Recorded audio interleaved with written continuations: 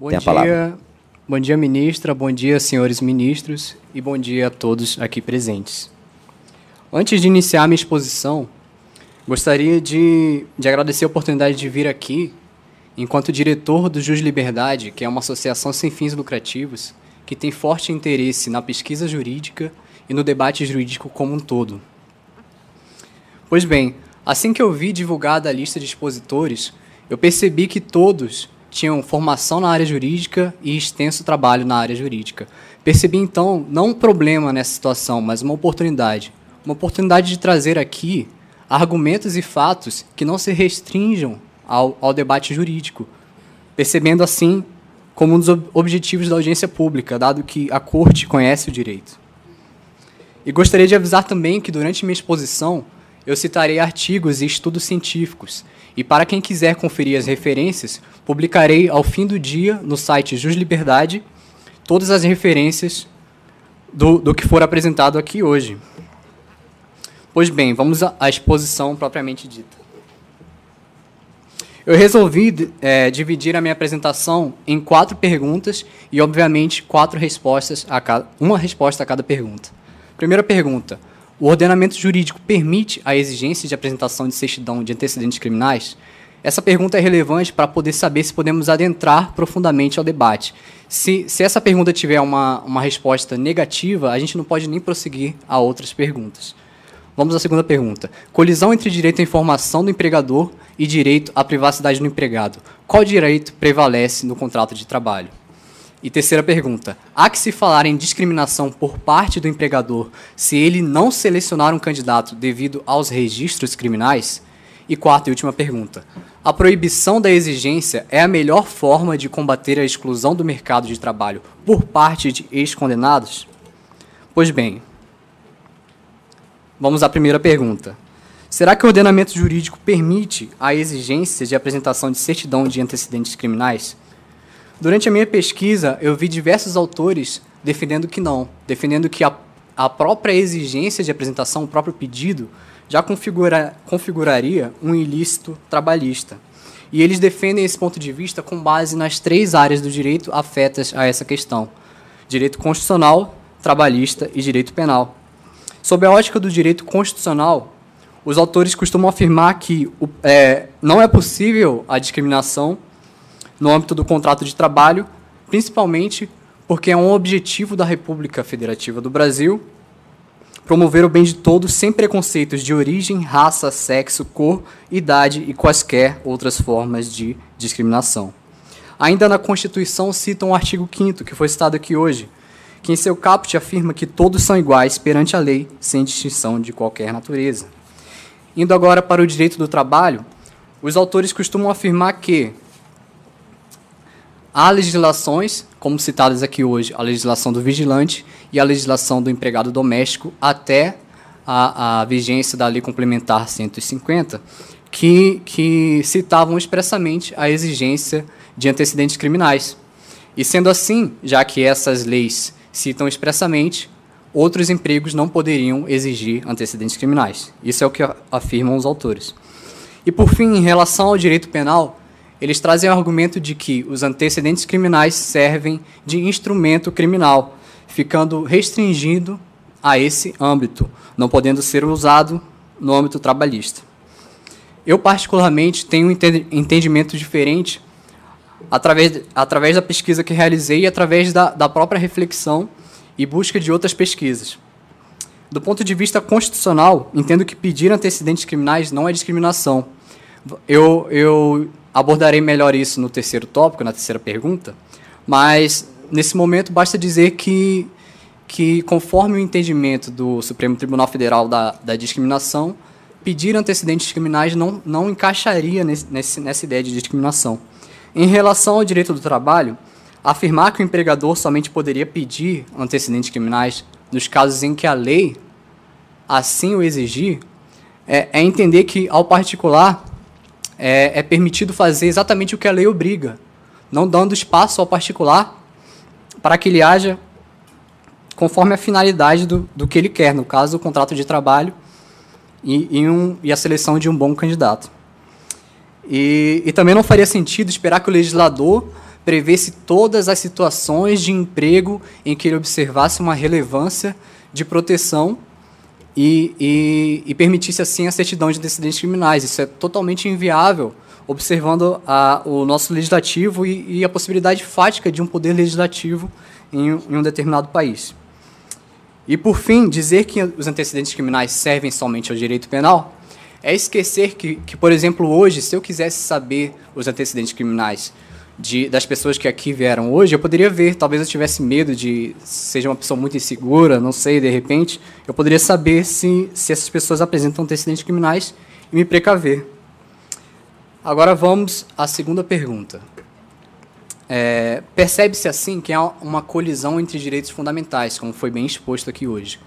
E nessa colisão, qual direito prevalece no contrato de trabalho?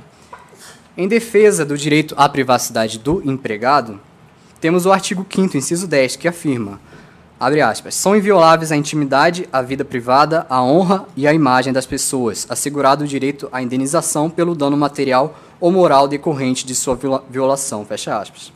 Os autores que se posicionam contra o direito à informação afirmam que o empregado é parte vulnerável e deve ser protegido pelo direito do trabalho.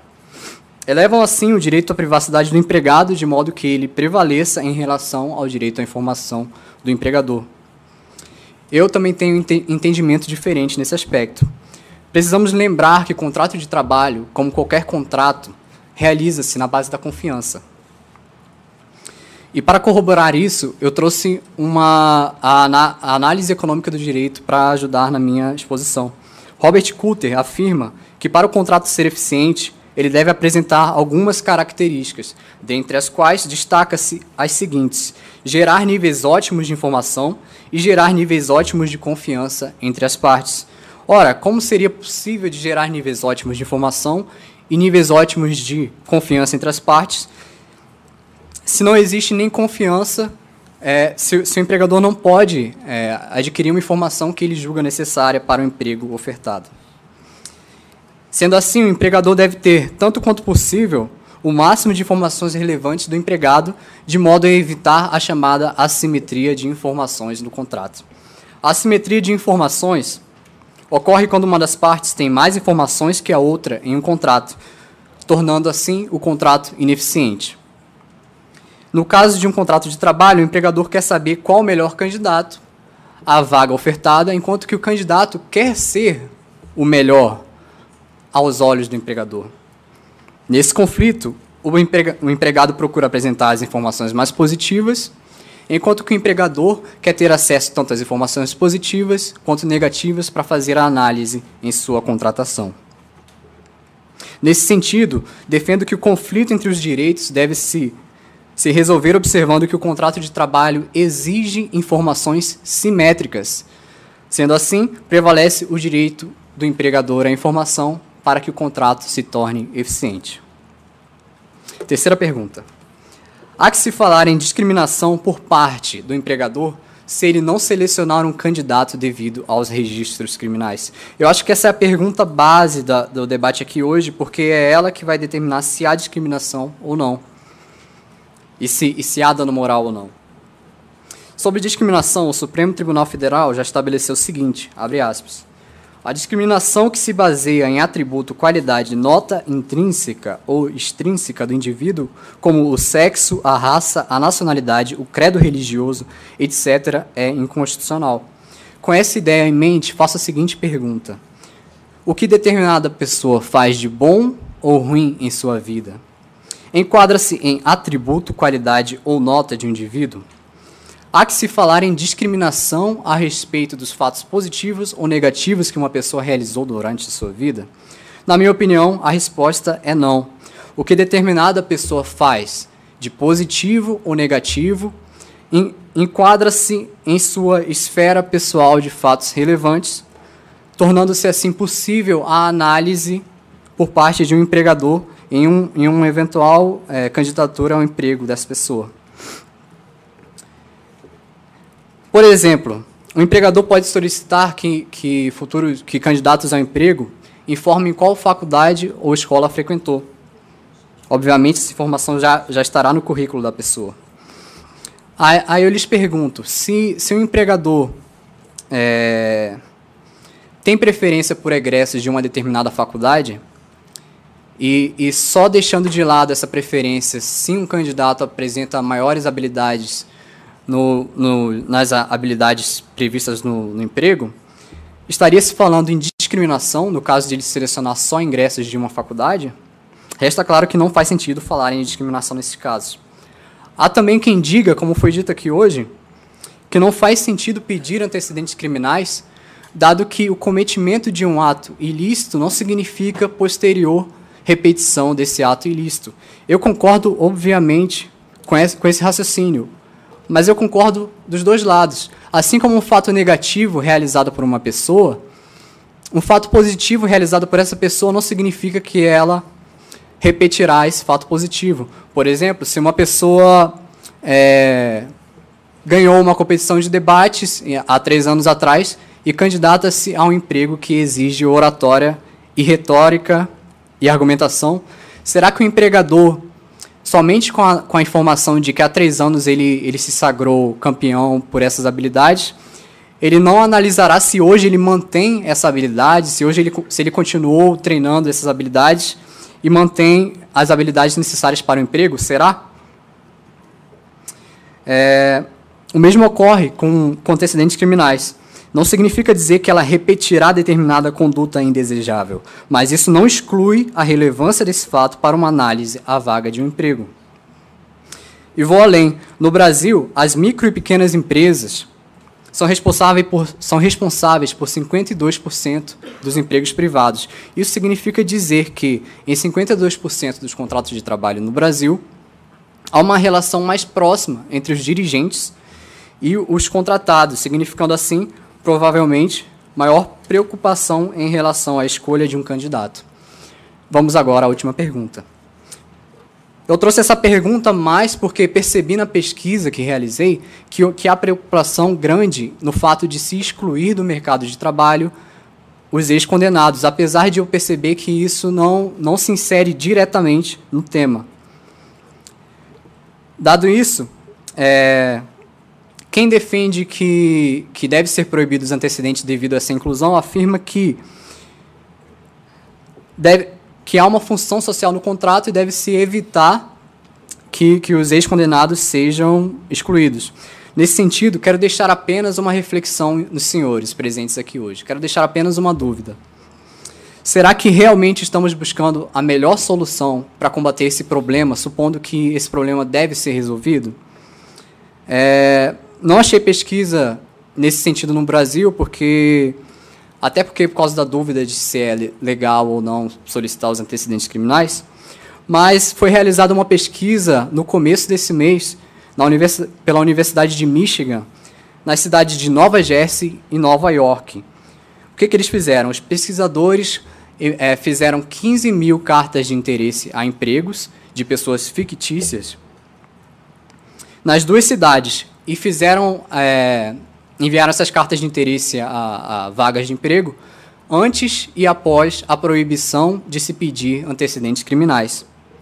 O resultado dessa proibição não poderia ter sido mais perverso, sabendo que, estatisticamente, a maioria dos que cometem crimes são negros, os empregadores passaram a rejeitar candidatos que têm nomes comumente dados a negros.